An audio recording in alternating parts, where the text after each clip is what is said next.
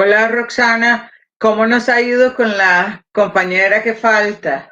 Todavía estamos esperando que se conecte. Entiendo que María Eugenia estuvo en contacto con ella para ver en qué estado estaba para conectarse, Ajá, entonces estamos esperando. ok. Déjeme, déjeme ¿Y ver. será que las personas todavía no nos oyen, verdad? Nadie, sino No, para ver si los que nos... están en pantalla sí nos oyen y los que están también como observadores. Ok, perfecto. Para ver si están ahí, pueden conectarse solo para ponernos de acuerdo un poquitito. Si pueden encender la cámara, si nos están oyendo. ¿Qué tal, señor Walter? ¿Qué tal? ¿Cómo le va? Marinés, ¿qué tal? ¿Cómo Buenas está? tardes. Mi querida ministra, ¿no está por ahí? No, se integra. Se Yo dije, integra. me la cambiaron. Hola, ¿cómo está, señora Alejandra? En unos Bien. minutos se está integrando la ministra. Ella está acá Sí, en la perfecto, se siente en perfecto. un placer saludarle, señor Walter. ¿Cómo está? ¿Todo bien? No es Walter, es Walter. Sí, sí, Walter. Walter, no me Walter. ponga esta mascarilla. Ah, no, pero yo soy la que estoy preguntando porque yo le dije Walter. Ah, O no, sea. es Walter. Walter Sánchez.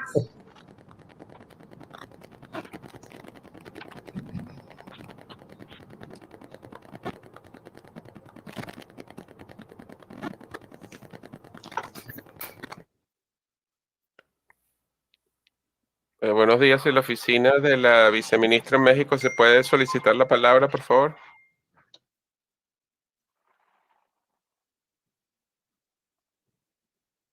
Adelante, México, buenos días. En un momento se conecta la subsecretaria, está terminando otra reunión. Ok, Perfecto. gracias.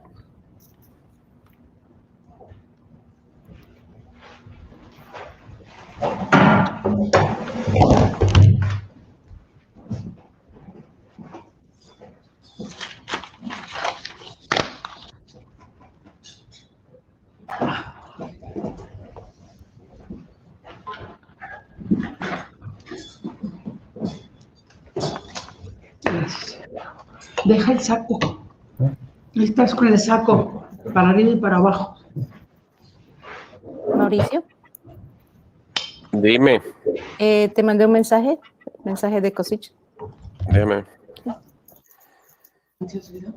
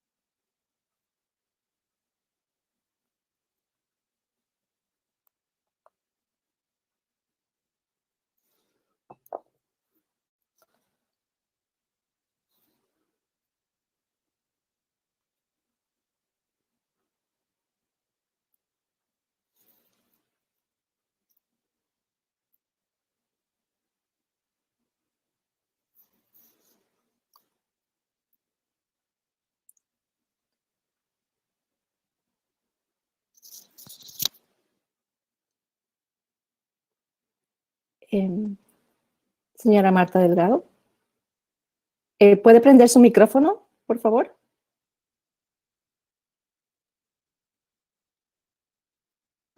Buenos días. Buenos días. Ahora sí le escuchamos y le vemos. Bueno, ya estarían todos en cámara. Yo me salgo. Mauricio. Gracias. Estamos listos. Gracias.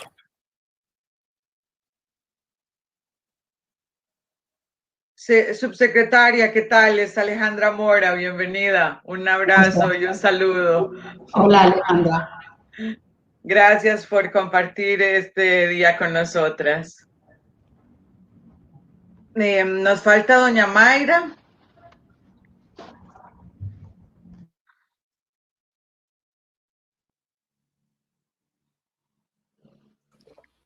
Ella está conectada. Vamos a preguntar.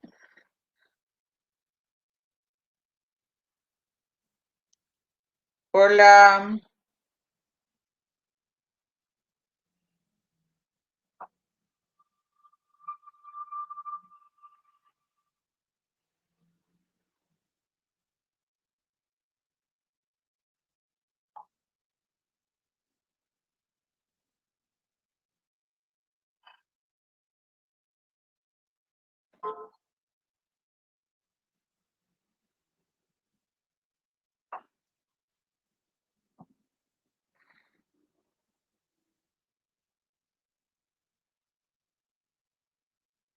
Mauricio.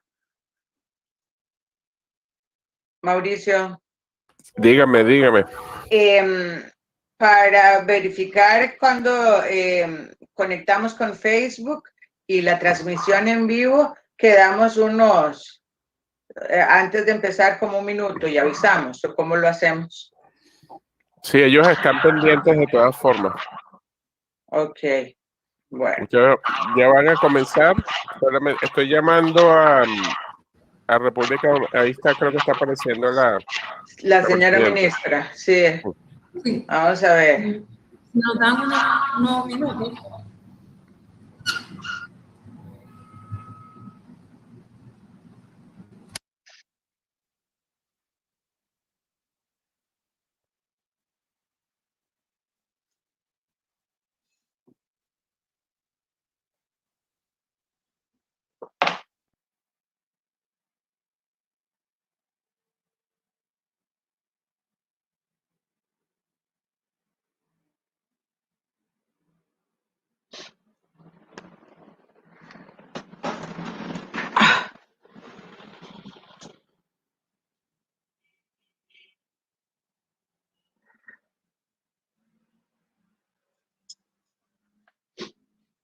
Ok, me están informando que diga que comenzaremos en 30 segundos y luego arrancar.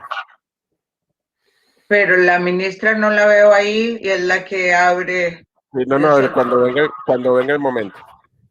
Ah, ok, perfecto. Tal vez solo para ponernos de acuerdo, entonces vamos a hacer 2 rondas de 2 preguntas. La primera con un espacio de 5 minutos y la segunda ronda con un espacio de 2 minutos y una suerte de cierre. Esa es como la idea para ponernos de acuerdo. Perfecto.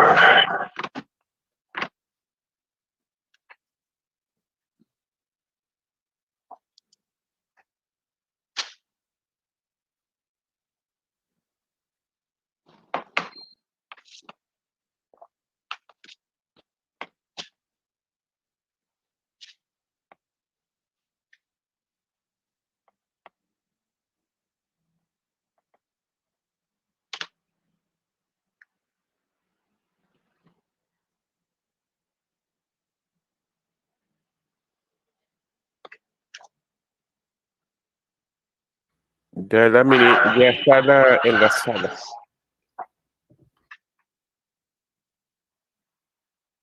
Ya está entrando, ya se está sentando en el escritorio.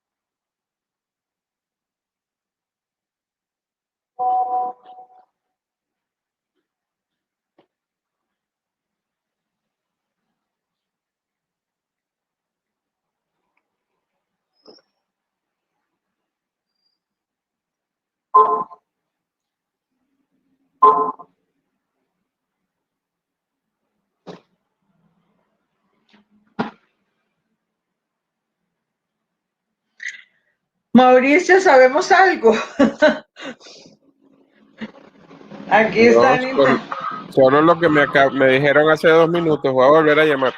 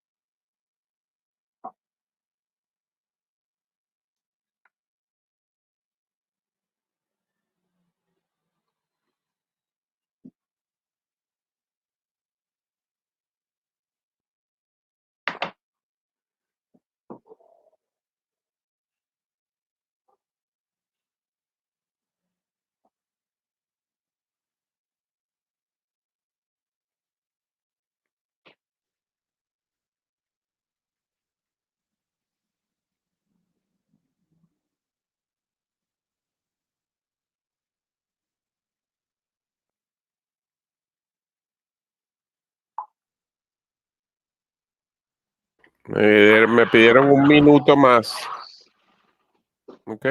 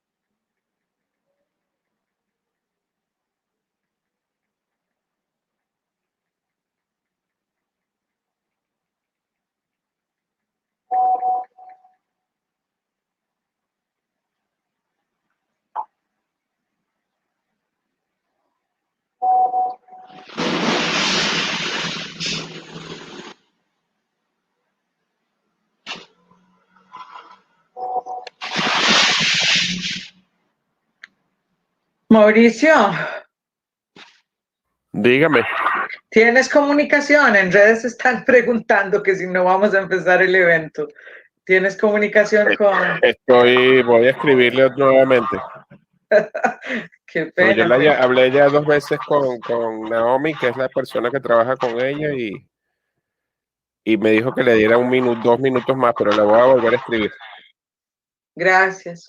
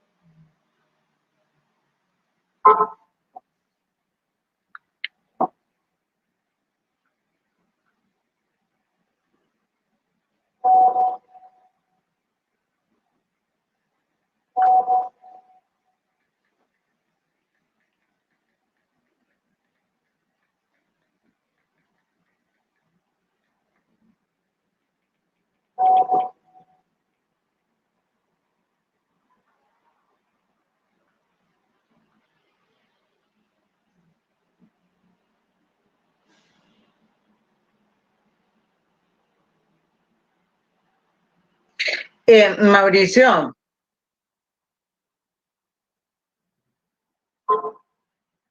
Dígame. no podemos decirle porque en redes la gente está preguntando si es que tuvimos un problema de conexión, algo vamos a tener que decir. Tal vez si decimos alguna información diciendo que ya lo vamos a empezar porque la gente está preguntando. Pues, Bueno, yo no sé. Aquí está. gracias. Señora Muchas ministra, gracias. ¿cómo está usted? Disculpándonos, vengo ahogada. Estuve en una reunión que me llamaron de último momento, el señor jefe, ya usted sabe, el jefe de Estado, y aunque salí corriendo para llegar aquí a tiempo, no pude. El tráfico en este país es terrible, pero mis más sinceras disculpas, Alejandra, Walter, Marinés, en fin, a todas, y vamos a iniciar con este grave retraso de 18 minutos. Tal vez para decirle, querida ministra Mauricio, que le diga a las redes que empezamos en 30 segundos para que se puedan conectar, porque estaban preguntando lo de la conexión y entonces para que se acomoden en 30 segundos, para empezar en 30 segundos. Ok. Vamos a darle 30 segundos para comenzar. Sí, por favor. 30 segundos para el inicio.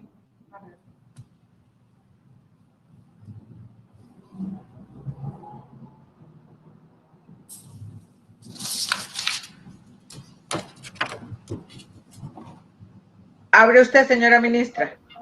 Muchas gracias. Saludo a todos y todas los que nos acompañan en este diálogo el día de hoy, muy especialmente a nuestra secretaria ejecutiva de la Comisión Interamericana de Mujeres, Alejandra Mora, Igualmente, un saludo muy especial para mi compañero de tantas batallas, mi amigo de tantos años, Walter Franchi, secretario general de Industrial Global Union, una institución referente en el mundo laboral a nivel internacional que agrupa a más de 40 millones de trabajadores en muchos países del mundo. Y una organización muy comprometida con impulsar la paridad. Contenta de verdad de que nos esté acompañando. Igualmente quisiera saludar a esa reconocida profesora de Ciencia Política de la Universidad de Buenos Aires, María Inés Tula, así como también a la señora Carmen Moreno, subsecretaria de Relaciones Exteriores de México. Un país amigo, un país también con el que tenemos muchas expectativas de impulsar este tema a nivel de la región. Walter sabe que cuando inició el nuevo gobierno de México, ahí estábamos en el Zócalo, por casualidad de la vida, o no por casualidad, pero se convocó a un gran evento internacional y ahí estábamos como forma también, señora, de manifestar lo contento que estaba las organizaciones globales, internacionales, con lo que estaba pasando en México. Y creo que en el tema de las mujeres entonces estaba claro, Walter, que teníamos mucha razón en estar muy contentos con ese cambio que se ha visto en las políticas que han estado impulsando desde México para la inclusión, para garantizar la necesaria paridad. Entonces, un honor realmente como presidenta de la Comisión Interamericana de Mujeres poder impulsar este diálogo sobre un tema tan clave para el desarrollo humano y sostenible como lo es la paridad. La paridad en todo. Cuando hemos pensado en este nombre es porque así lo enfocamos, ¿no? Tiene que haber paridad en todo, en nuestros países, para que podamos avanzar hacia sociedades inclusivas, sociedades igualitarias y sobre todo sociedades enfocadas hacia el desarrollo. No hay desarrollo posible si no logramos que las mujeres estén presentes en todos los espacios, ¿no? De las políticas públicas, por un lado, pero del sector privado, por otra parte también, igualmente en esos espacios que tienen las trabajadoras y los trabajadores para impulsar políticas de inclusión, en este caso en lo relativo a los derechos de los trabajadores.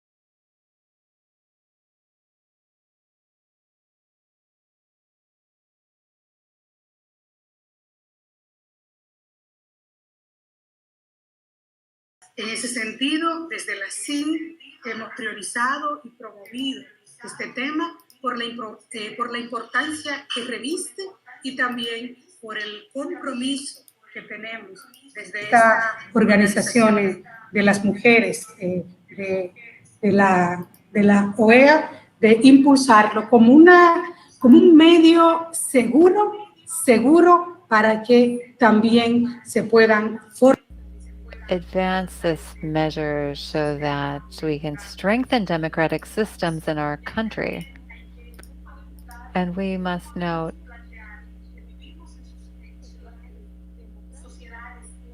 that we live in a truly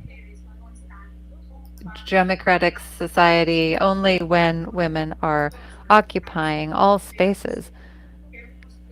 We've therefore defined parity as a justice measure that incorporates three major dimensions: equal participation of men and women, and here we say that we want to achieve a 50-50 parity as soon as possible. this in decision-making positions in both the public and private sectors, from the international level, national level, and locally. Walter knows from the discussions we've had that we need parity at every level, in the public sector, in the private sector, workers' organizations, employer organizations. The second dimension of parity is in exercising power on an equal footing, free of discrimination and free of violence that is so present in the region and which is seriously harming society. I'm speaking of gender-based violence, sex-based violence, violence owing to individuals' preferences. This is a matter that we all must focus on. And which is seriously harming society. And it's why, once again, we must have women in every sphere being involved in discussing the public policies to move towards a society free of discrimination and free of violence. And then the third dimension of parity that the CIM has identified has to do with the incorporation of the women's rights and gender equality agenda in our country. We have to push for rules that will expand and deepen women's rights in every country of our region. For us, parity is not just a matter of numbers, as has been sometimes conceived of in the past. Rather, we're talking about true parity in all spheres of public and private life. And it has to do with the conditions in which women exercise their political rights. And it involves mainstreaming an equality agenda. In the Dominican Republic, we understand that we need to move together as a region toward, and we need to share our best practices regionally, and that's why we are inviting an organization like Industrial, because we know their commitment to equality. And again, this issue is not just a women's issue. It's not an issue for just one ministry or just for the government. It is society-wide, and that is why all stakeholders must play their part and be committed to democratic societies, society in which inclusive, sustainable human development is a reality. And for this, social dialogue is vital. We must speak to one another, amongst one another, and together push for, create initiatives and have a constructive dialogue leading to proposals and initiatives which we will then commit to honoring and furthering. And this is very important when we are discussing these topics, to not lose sight of that. These ideas must turn into commitments that are implemented, and that in turn strengthens social dialogue in our region. Social dialogue is key for moving forward along this path. So we hope that through this dialogue we will strengthen our plans and goals for this region. So those were just a few opening remarks.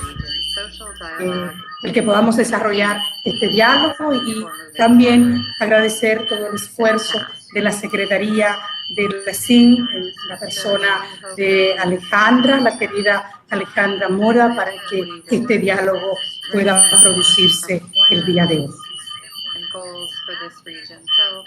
Muchas gracias, señora presidenta, por estas palabras introductorias y vamos a iniciar entonces este conversatorio, recordándonos que el 8 de marzo realmente es un día especial y por eso un reconocimiento a todas las mujeres fuertes, poderosas, por esa resiliencia y por recordar hoy además que para nosotras nada es regalado, nada es otorgado, todo es luchado, buscado, y entonces esta es una forma de elevar estas vocerías de las mujeres y de los hombres solidarios que entienden muy bien de qué se trata el tema de la igualdad.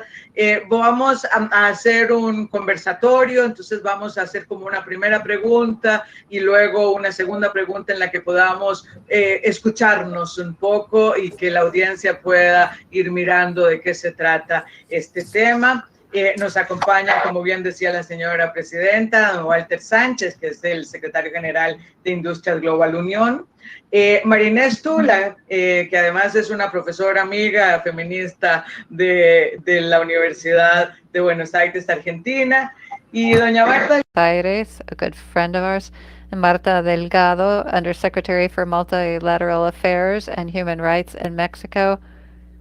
Thank you all for being here.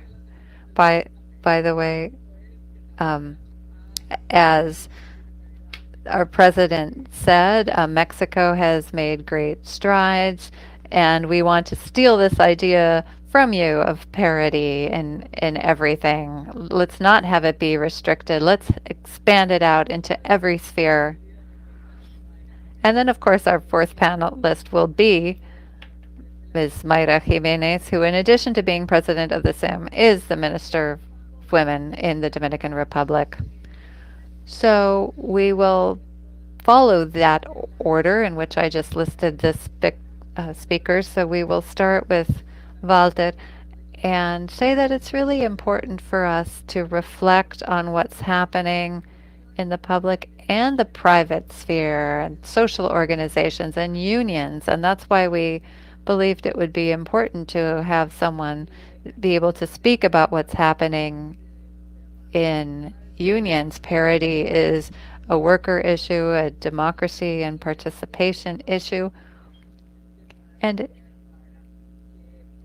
any movement towards parity in this sphere is going to require looking at legislative progress, rules that have been developed in this area. We've seen some movement in Panama and Costa Rica where there are 50% rules in trade organizations. So Walter, speak to us. What are the main gains that you've seen in trade organizations in terms of achieving parity for women in decision making? I'm going to give you just 5 minutes to each of you to answer your questions. I'm going to have to be strict, which I don't like to do, but just to be able to have a full discussion and give everyone their chance. Walter. Oh, thank you so much, Alejandra. Greetings.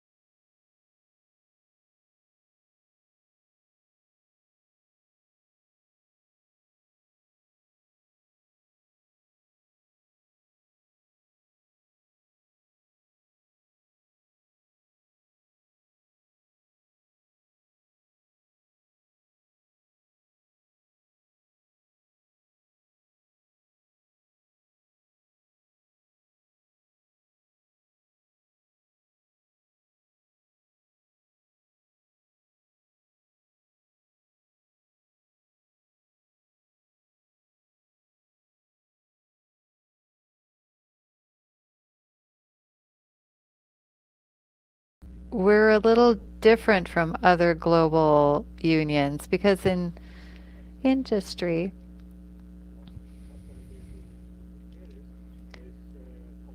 the share of women stands just at 22%, a little more in some industries, a little less in others.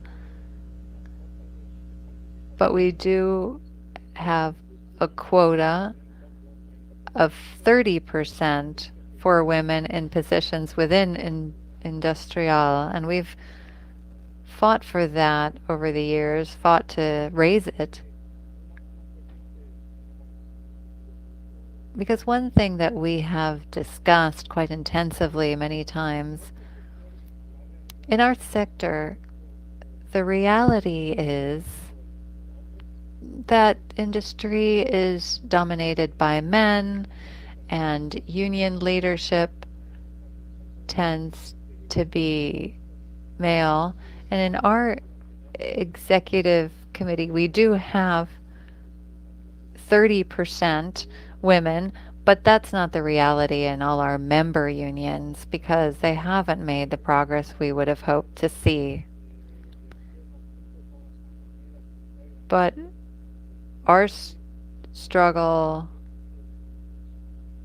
is to change the mentality of our colleagues to say that equity is not just a matter of rights, it's the nature of unions to fight for rights. And of course, those are equal rights with no discrimination toward anybody.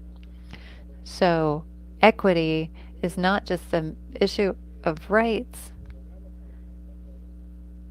As we tell people, it's really key to the survival of unions themselves, given all the transformations underway with digitization, Industry 4.0. There are more and more women in the labor force, young white-collar workers, and if they're not reflected in the decision-making positions within unions, then the specific demands of women will not be given priority, and it will, as a result, be harder to recruit women into unions, and as a consequence, the unions will become leaner and less capable of tackling the issues they need to tackle. So this fight to seek parity, to increase the participation of women, to have a higher percentage of women in the leadership is key to the survival of unions themselves. And I'm really happy because this week, actually, Mayra, we really missed you. You weren't at the Wednesday meeting of the Women's Committee, and we had a working group meeting for the Congress that had to be postponed till 2021. And at that working meeting, it was approved to raise the quota to 40%. So that will be the official recommendation to the Congress next year. Now that isn't 50% yet, we recognize that, but it's significant given that women represent just 22% of the workforce in industry on average. So the struggle is a long one, but we are making progress. We've seen gains in recent years. And I hope to see that further step taken next year at the Congress, especially given our priority to implement Convention 190 on workplace harassment. Many countries have ratified that, and now we need to see it implemented. So that is my update. Thank you so much, Walter. We really appreciate your honesty in portraying the gains and discussing what's happened, and we applaud this move towards a higher quota because that is a key step towards true parity. And you said something that's so important. Inclusion of women is vital to union Este es el tema que hemos venido señalando. No hay forma de seguir avanzando ni en la economía, ni en el mundo, ni en la diplomacia, ni en la universidad, ni en los espacios sociales, sino any social space if we do not do it with conditions of equality. Now, I would like to turn to Maria Inés Tula, give her a welcome. What's happening in the universities, Maria Inés, is very important. And it turns out that the University of Buenos Aires has some parity rules and has set an example and is seeing a transformation in these spaces. Tell us a little bit, dear Maria Inés, about what has happened, how the process has gone, what have been the key principles, and what are the impacts that you've seen in terms of parity in the universities. Thank you. Un gusto estar aquí con usted.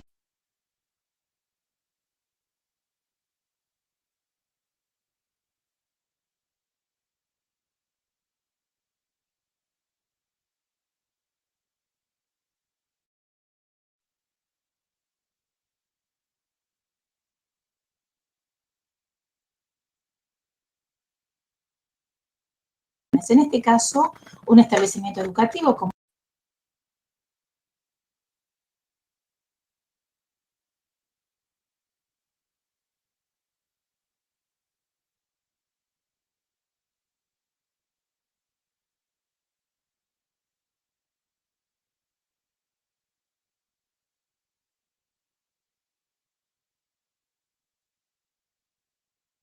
they have to work on historical reparations. So the university, in addition to building scientific knowledge, academic activity, and training professionals. Social. Y en el caso de la universidad, and in the case of the University of Buenos Aires, ha sido un proceso de la incorporación de reglas paritarias, ¿no? Y este proceso me parece que es importante destacar algunos acontecimientos que generaron reclamos y demandas que luego dieron origen a iniciativas que se formulan dentro de la universidad. That were used to build some policies in the university. First of all, it was very important as part of this process that started back in 2015 to mention the protests around the Not One Less movement. These were to repudiate femicides. These were cross-cutting protests that had multi-sectoral representation, and they gave visibility to the organized women movement, and it called for greater participation. So in that context, the University of Buenos Aires passed a protocol to prevent violence inside the university at their academic unit level. So this was a protocol to prevent violence from occurring.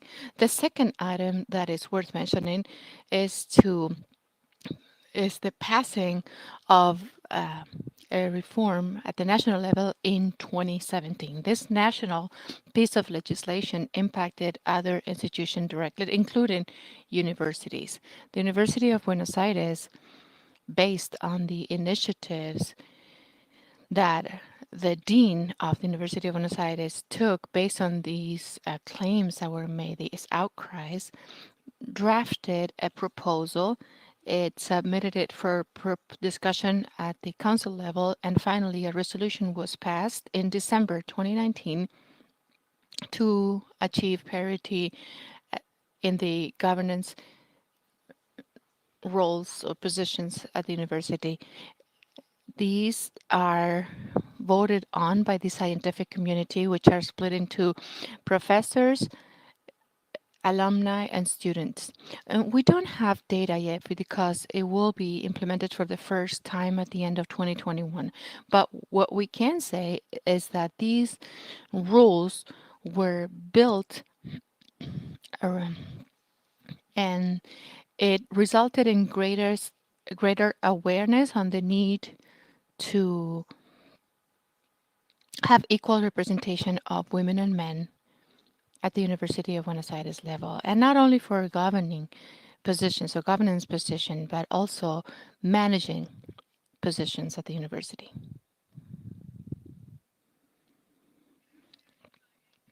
Thank you, Maria Inés.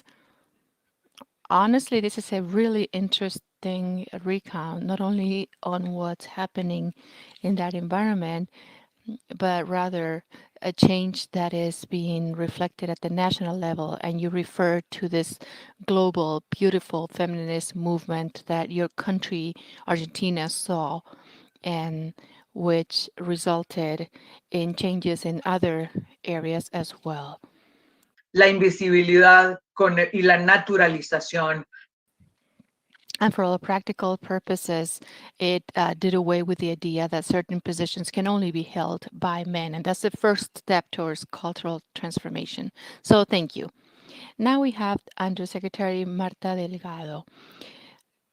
Well, you were the doer and also the person behind the thinking of this transformation in Mexico.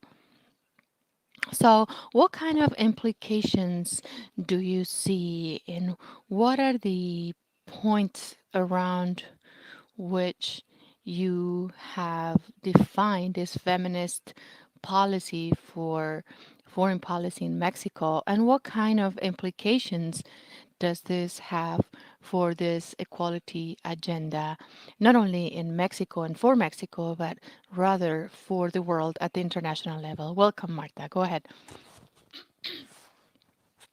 The pleasure is all mine, Alejandra, and dear Mayra, dear Maria Inés, dear Walter. It's a pleasure to share this panel with all of you.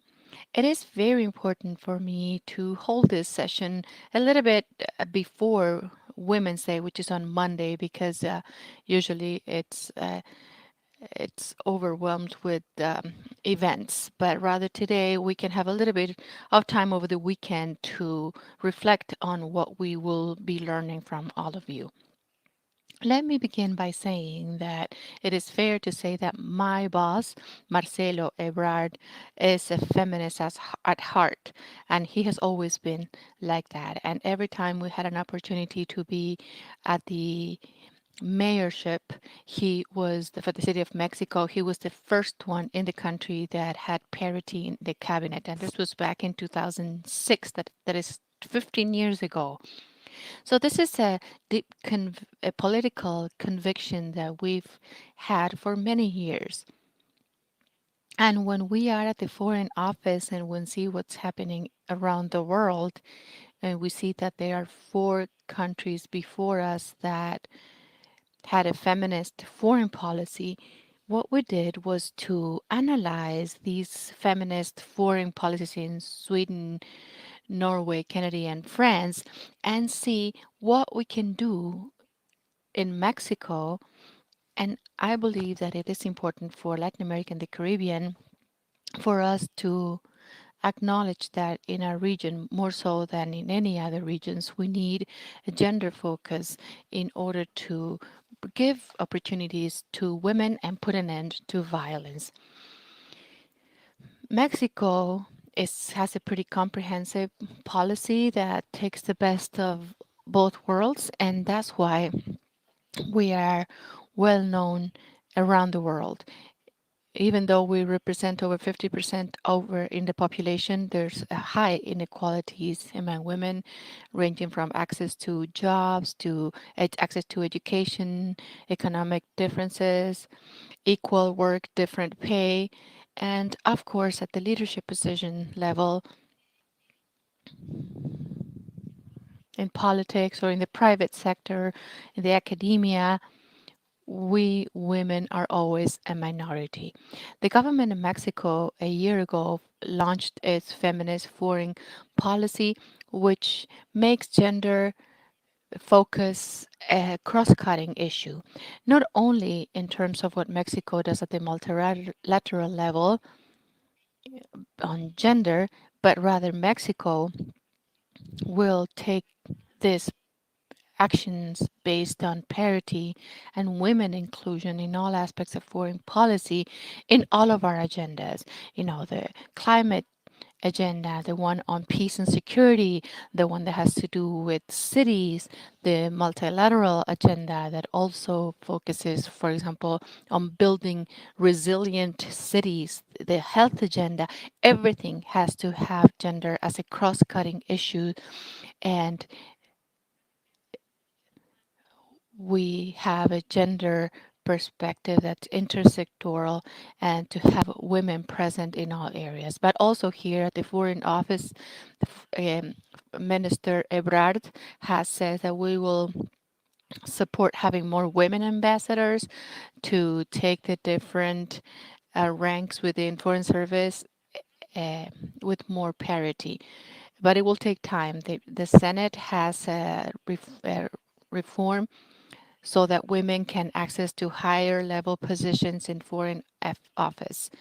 And finally, the issue of gender in foreign policy is also related to gender-based violence in our offices at the consulate level, outside this building, which is located in the heart of Mexico City.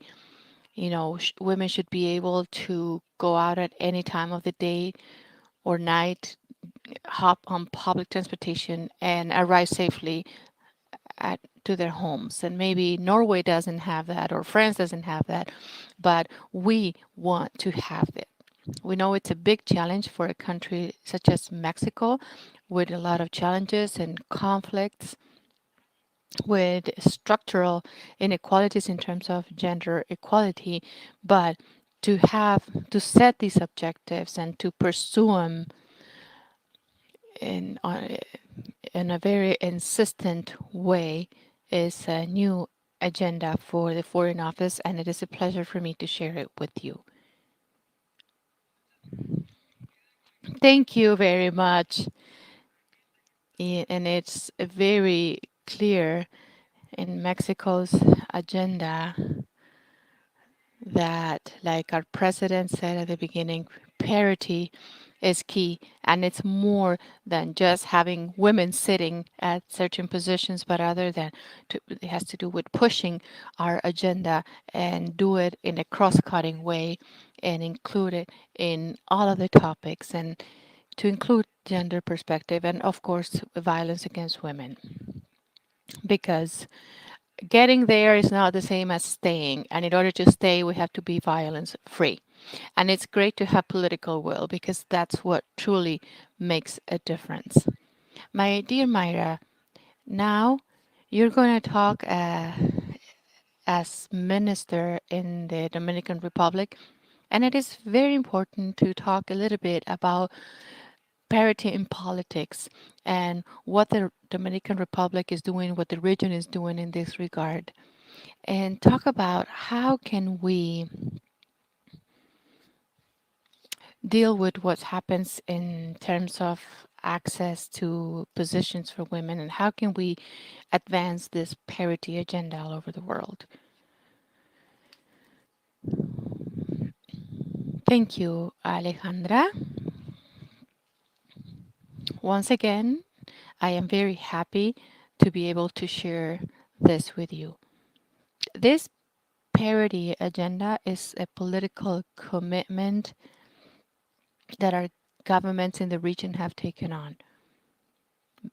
This started back in 2015 when we focused on ODS, especially ODS 5 that has to do with achieving gender equality and women and girls empowerment in all areas, including politics.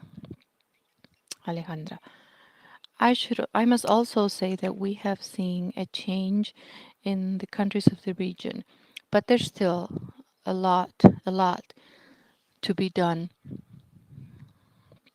in terms of inclusion. In some cases, women's intelligence has tripled in the political area, for example, in parliaments or cabinet level positions or Supreme Court of Justice. But I must also say that in spite of that, we are still seeing that we are at a disadvantage in our countries. Now, in the case of the Dominican Republic, just like in many other countries, because in the region we have signed the main international agreement that guarantee women's political rights. In 2019, we passed a political party law and an electoral law where it says that in order to run as candidates, political parties must include at least 40% women. And this is significant progress in a country that has a patriarchy tradition at all levels of government, the executive power, legislature, and the judiciary. I must say that in spite of this major reform, it is not enough, and the Dominican Republic still has low women participation in decision-making bodies. And we must also talk about what happens in practice, especially when it comes to accessing positions that are voted on by popular vote. My country and several countries in the region have political party structures that enable people to access to power that are thought about for men and men only.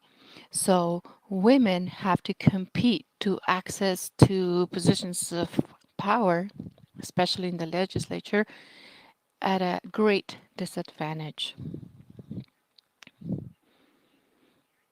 And this is also something that has to be discussed, because if we cannot make the actual difficulties that women have visible to be part of structures that were designed and thought of for men, we will continue to have a very hard time accessing popular election, popular vote positions. And now at the ministry level, where positions stem from a decree or are appointees, generally who are the ones discussing? Men, because men are part of those cabinets, and therefore it becomes increasingly important to have affirmative policies. And we need to discuss the issue of quota as an affirmative action that will enable us to, regardless of who is negotiating this at the level, this is a matter of power. Power is not given up. You have to earn power and negotiate. So when we have affirmative policies such as quotas, it is very important in countries where when we need to negotiate, sometimes women are not present at the negotiating table.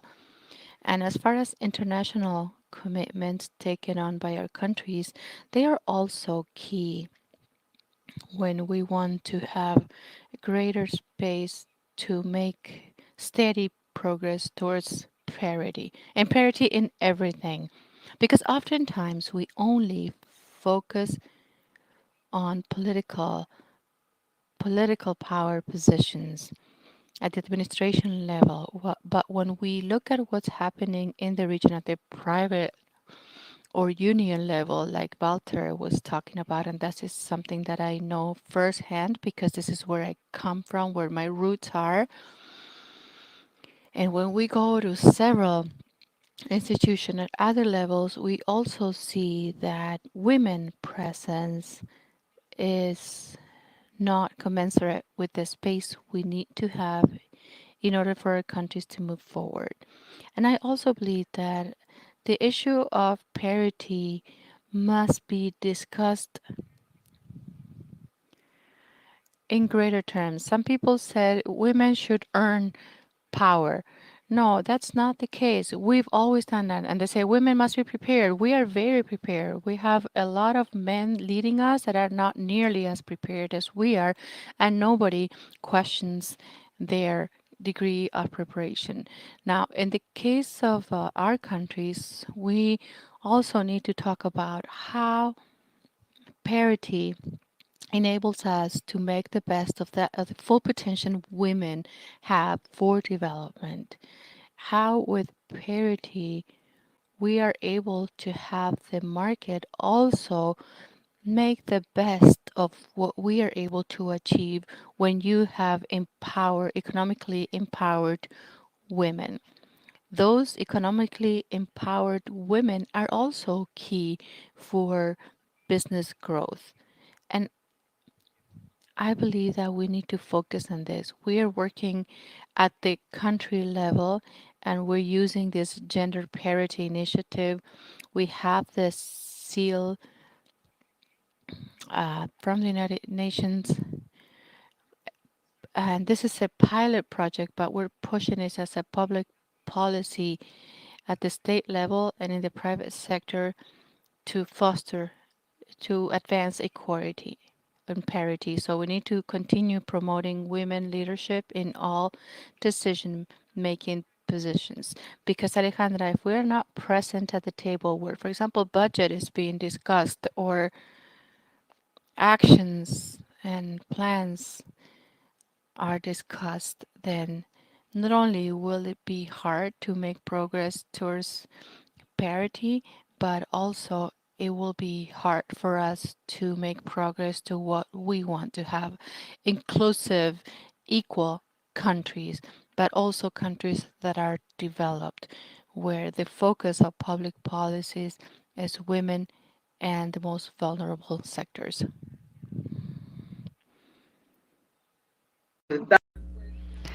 Thank you, Madam Minister. Yes. The evolution towards parity does, of course, begin with quotas, and then we have to give the whole process that push to get to the finish line. And what I also get out of this, of what you said, is we are ready. We are more than ready, and the economy and democracy need us. This transformation is vital. So let's move into the second round. This time we're just going to have a couple of minutes. So going back to Walter, what is the challenge in such a masculine environment, given that unions are just that? It's a masculine environment, not just because of the number of men, but because of the whole structure and the processes are masculine. So how does this process work, and how can a sensitive man like you help us continue to see these changes made across all trade organizations? What commitments might we see, and what are the challenges for us collectively? Thank you, Alejandra. For us, it is absolutely a challenge. We have to change the mindset of our colleagues. Because sure, officially, everyone favors equity, but then they don't take the necessary steps to ensure that those concepts become reality. So the challenge is to bring this 40% quota to the Congress, to the executive committee, and to see that that quota is not just within the executive committee, but across our organizations. But that alone wouldn't be enough unless that if we don't see the changes in 600 affiliates. Now, it may be easier in a global union organization or federation than it can be locally, but if we set that tone, we hope to also see a higher percentage of women in decision-making roles in those unions as well. Right now, the priority for our members is the struggle against violence and workplace harassment. Because actually, that is what prevents women from participating more in unions, because in their own workplace, even within the union context, there can be violence, there can be harassment, and Industrial made great efforts to see that we'd work in the 2019 International Conference that adopted Convention 190, and that made a big contribution, because in 2019 the campaign was to get unions to commit to preventing violence and harassment, and now we've got Uruguay, Fiji, Namibia, Argentina, Italy, Ecuador, Somalia. All these countries have already ratified the convention, and the challenge lies in implementing it, and we are very much looking forward to seeing the Dominican Republic and Mexico to be the next two countries to adopt that convention. Thank you. As you say, the challenge lies in translating what men say in terms of being open to sharing power, because that's really what this is all about, and have that translate into action. And of course, in terms of getting the women's agenda in place, we have to address violence and harassment. So your words were spot on. So now, Maria Ines, in the university, is there hidden curriculum in the universities where things aren't taught? I mean, it felt like we were all equal and that there was true equality. It's a different environment, but what has happened now with COVID, the post-COVID area? Can you just talk about strategy looking forward, Ines? Well, it seemed that the patriarchal dominating culture was changing. It's something that's cross-cutting across all organizations, right? And universities are not exempt from this, and we need to play a role in building this democracy, true democracy that we seek, with parity in all spheres of government. The University of Buenos Aires, in its 100 years history, had never had affirmative action, and I think it's going to have a big impact. But it's true that parity is not possible if we don't address violence and discrimination.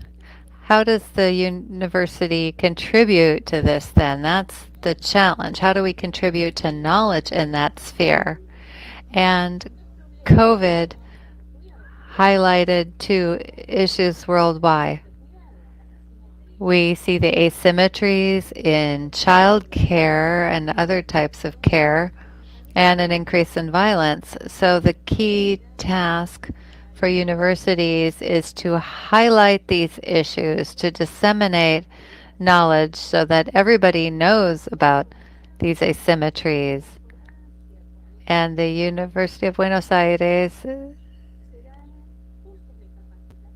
started in 2019 to give training courses free of charge for all university staff. It's self-administered online courses, but they are mandatory, and they address gender issues and gender violence. And I think it's important because these things have to happen in parallel as these changes take place.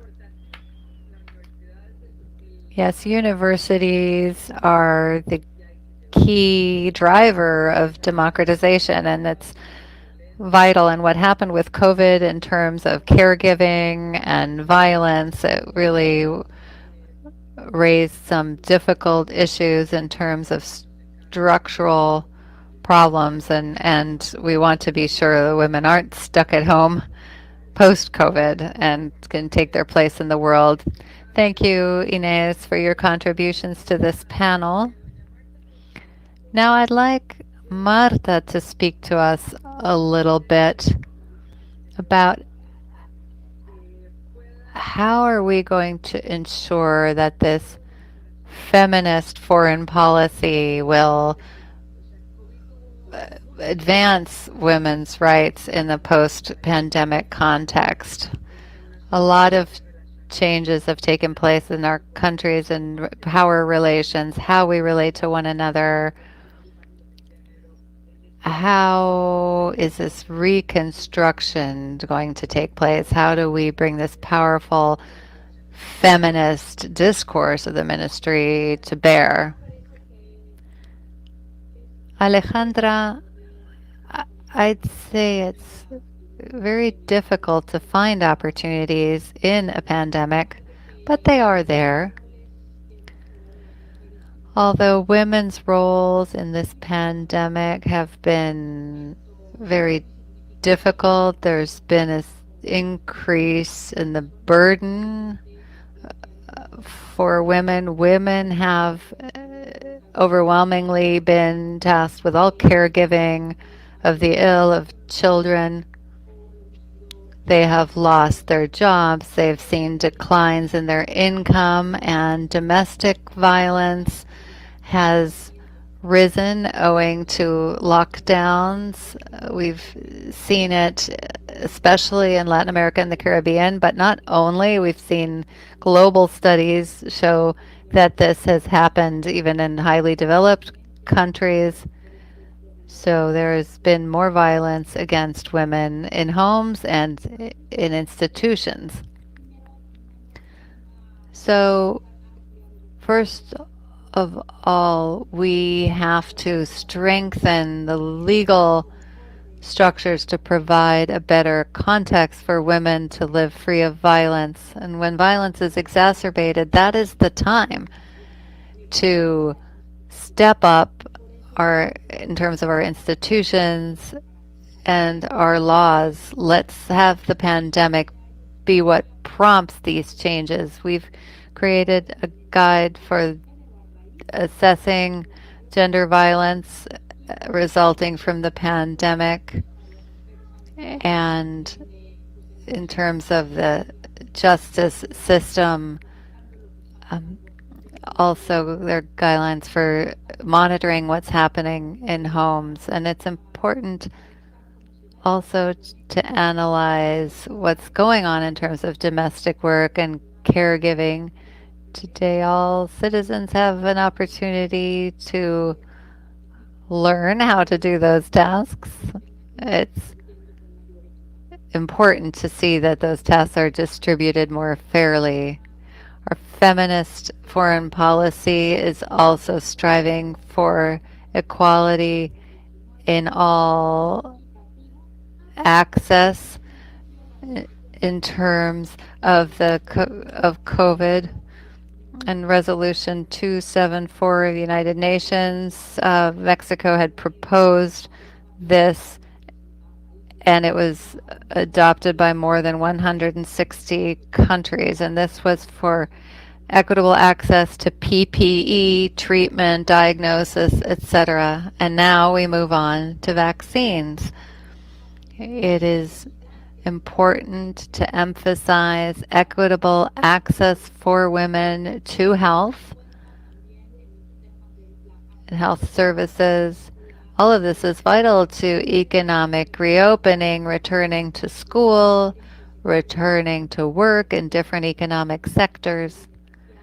For women to be able to be part of that and benefit from that, they will need to have equal access.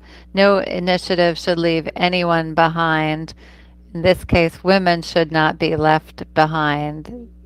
They need to be dominant in the 2021 agenda. We're going to do that in Mexico, and I believe we'll see other countries around the world doing that as well. Thank you so much.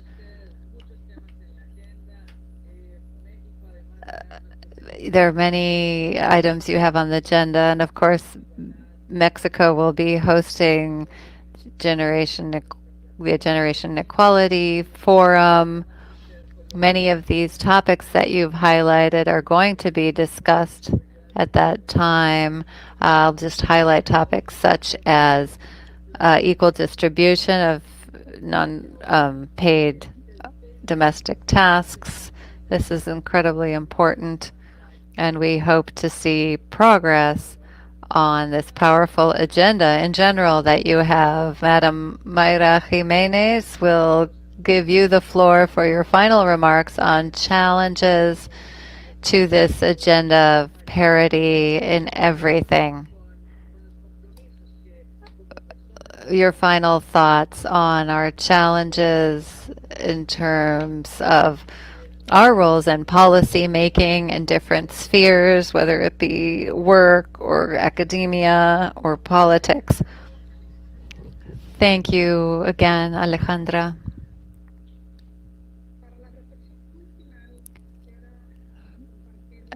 As final thoughts, I'd like to say that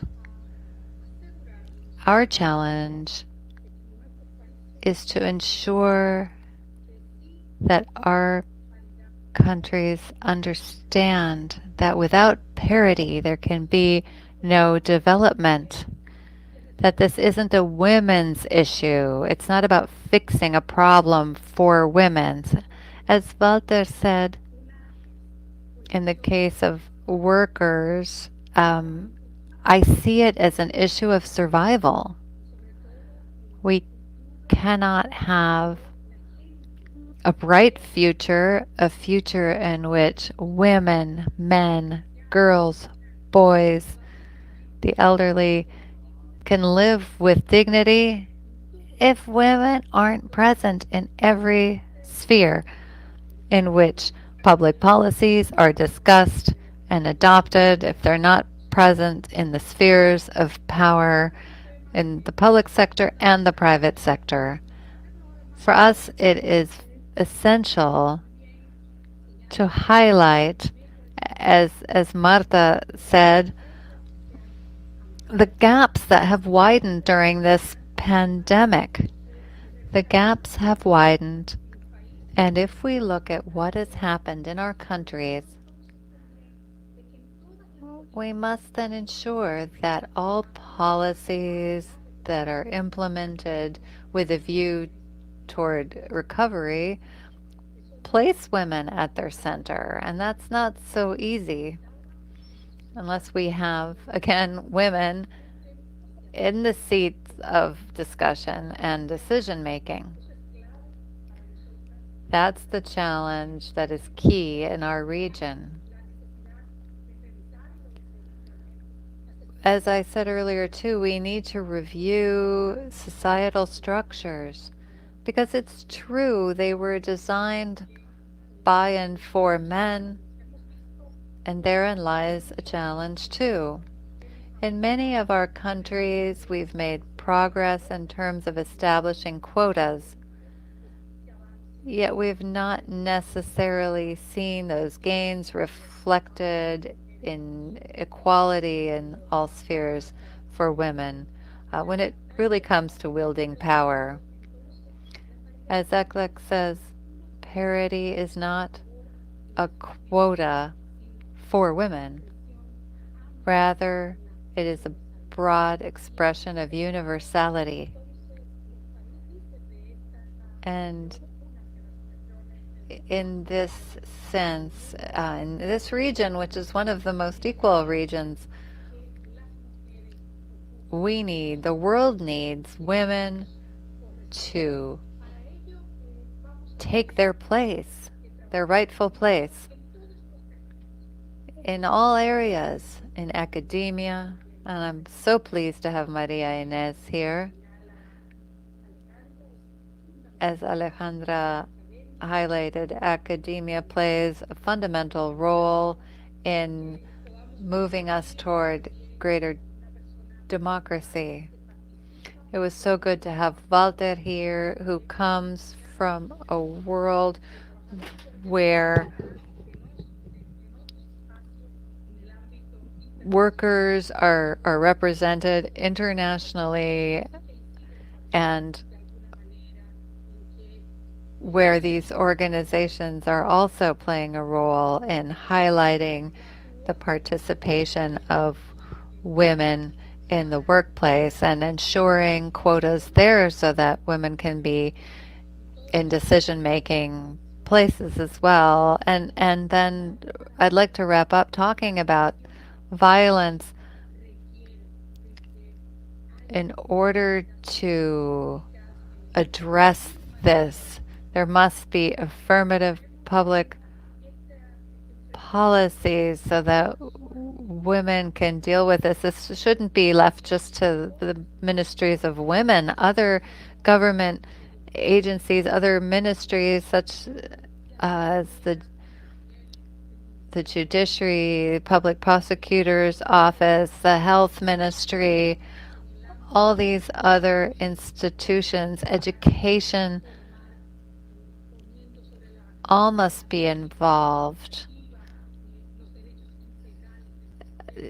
Comprehensive women's rights in all spheres, reproductive and sexual health rights. And we know it's going to be hard to make gains in all those spheres on a comprehensive level if the schools don't deal with those issues.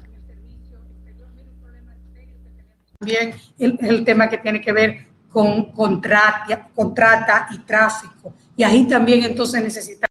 Now, in terms of public policy, we have to do with trafficking in persons and people smuggling. So we need to work with the different countries and the ministries of women and all the other national agencies that work on these topics. So in my opinion, parity will be possible to the extent that us women bring down the barriers that have historically existed, but that nowadays we have commitments that our countries are signatories to. There are a lot of barriers, but there's also a lot of opportunities. So we will make sure that in everything that has to do with reclaiming our space, we women are the focus of any and all actions our countries develop. Thank you very much, Mrs. Mayra Jimenez. I am very happy to have been able to share this space. And I hope that all the people that logged in today know that these are reflections that we need to have. We need to analyze what happens with the unions, universities, with governments, and policies, both domestically and internationally. And I believe that one of the good questions that are still lingering is what happens with us and how can we contribute. This goes above and beyond the personal actions that we must take on and commit to. So let's reflect on all that, and let me conclude by saying that the political system has evolved, from quotas to parity in everything. And now we're coining this concept of parity in democracy. And it's not the same to get to power as it is to have power. And to have power means to be able to make decisions from our point of view and to go against the traditional concept of power that doesn't take a look at empathy, women, the value of caring for others, and have a different outlook on human rights. So this is our strategic goal, and at the International Commission of Women, we would like to continue working as a group and to have this perspective of parity in everything and to have parity in democracy so that we can impact the lives of the people that live in our countries, which is the ultimate goal. To all women, a big sorority hug on this day where we acknowledge everything that we've done, how far we've come. And to you men, we hope that more and more you share our agenda shoulder to shoulder so we can change the world together. Thank you. And Sim also wants to thank you. big hugs to all of you that joined us today, and thank you to all our panelists. Thank you. Thank you and goodbye.